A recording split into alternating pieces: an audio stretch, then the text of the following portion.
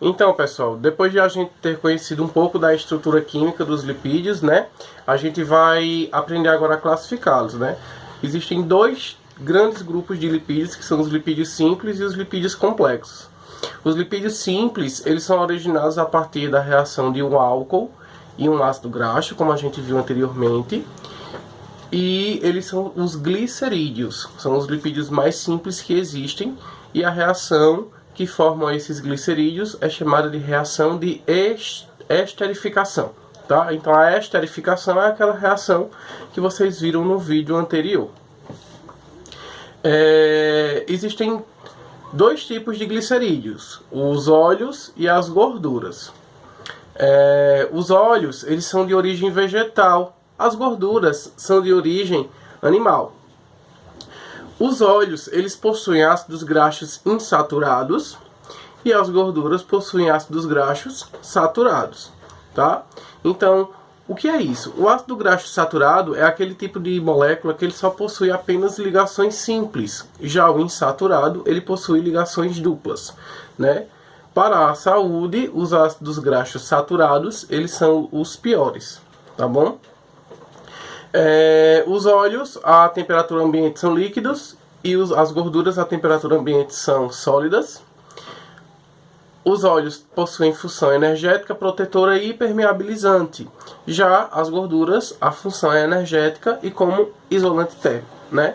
Também tem as gorduras trans, que são um tipo essencial de gorduras que, em vez de ser formado por um ácido graxo insaturado, na sua configuração original, na configuração cis, contém ácidos graxos insaturados na configuração trans. Esse tipo de gordura é pouco comum na natureza, mas é produzido a partir de gorduras vegetais para uso da indústria alimentícia. Então, essas gorduras trans, ela tem a sua composição química diferenciada devido a fatores do ambiente. Por exemplo, um óleo que ele é utilizado para fritar uma batata. Quanto mais vezes você for utilizando aquele óleo, mais ele vai modificando a sua estrutura química e vai se tornando uma gordura trans. E esse tipo de gordura é a pior gordura que existe. Como lipídios também temos os cerídeos, que são os mais impermeabilizantes que existem, né? E eles são representados pelas ceras, estão presentes aí na superfície de folhas, pétalas e frutos, e evitam a perda de água por esses tipos de organismos, por essas células. Um exemplo de cerídeo é o favo de mel, que é aquela estrutura pequenininha que as abelhas constroem para fazer suas colmeias. Os esteroides, que são os lipídios que derivam do colesterol, que é naturalmente produzido pelo fígado, né? Lembrando que o colesterol não é um lipídio, o colesterol é um tipo de álcool, né? E o excesso de colesterol ele pode causar a aterosclerose. O colesterol ele participa aí na formação dos hormônios, como o testosterona, o estradiol, o cortisol, a aldosterona. Participa também como vitamina D3, né, na formação da vitamina D3. Participa da formação das membranas celulares nos animais e na formação dos sais biliares no fígado. Existem dois tipos de lipoproteínas carreadoras de colesterol, que é a LDL e a HDL. O LDL é conhecido como colesterol ruim e o HDL é conhecido como colesterol bom, né? Então, qual é a função deles? O LDL ele se acumula nos vasos sanguíneos quando ele vai buscar triglicerídeos para que o nosso fígado ele metabolize. Então, ele acaba que ele acumula um pouco de gordura, né, nos vasos sanguíneos.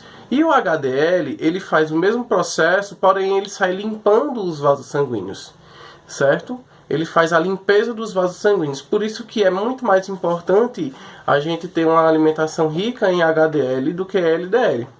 Porque o HDL, ele é muito encontrado em óleos de origem vegetal.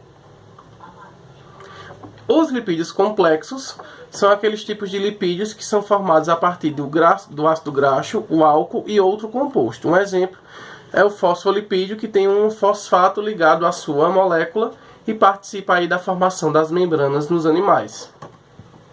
Os carotenoides também são um tipo de lipídios que estão presentes aí em vegetais. E os esfingolipídios que participam na formação da baía de mielina, acelerando o impulso nervoso, certo? Então eu mandei para vocês, estou mandando um material sobre essa aula.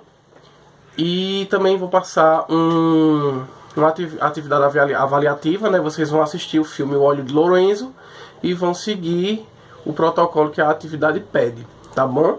Quando retornarmos, a gente volta para essa aula para a gente dar uma explanação mais vasta para que vocês fixem melhor o conteúdo.